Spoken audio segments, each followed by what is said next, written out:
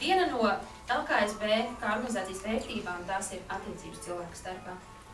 Un es domāju, arī katrs no mums vairāk vai mazāk to novērtē, pat tie, kas varbūt iespējās par kādām tēmām vai par kādām semināriem vai diskusijām, bet attiecības ir tā lietas, ko mēs saskaramies ikdienā. Tāpēc mēs katram dāvināsim attiecību. Mēs ar visiem draudzēs. Jā, puiši nepiesakās, dāmas šeit. Tas nebija scenārija, jā? Es pamanīju, kā tas ir asprātis, jā, visam šitiem. Tas ir jāapgāvās. Un tā, viena no lietām, ko saņemsiet pilnīgi visi, tas ir īpašais Marka evaņģēlija izdevums ar bildēm. Tur varat atpazīt arī dažas cilvēkus, varbūt no Rēzeknes. Man ir tikai rokas vienam bildēm. Manas vēl nav tur. Un, jā, tas ir arī tas evaņģēlijs, ko mēs studēsim tā atklāt kristietības grupiņā. Jūs varat lasīt, jūs varat kādam atdot un tam līdzīgi.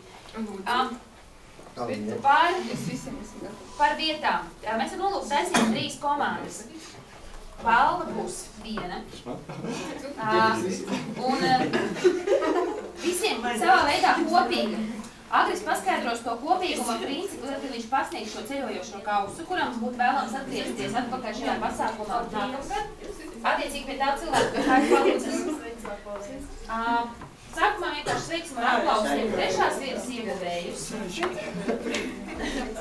Bet bildi arī vajadzēs. Var vēl fotogrāfu te apsakot, tā lai var nofotografēt, visas komandas. Es jūs pat cenšos nofilmēt tagad. Trešā vieta ar 9,5 punktiem ir Alfa Beta Gamma.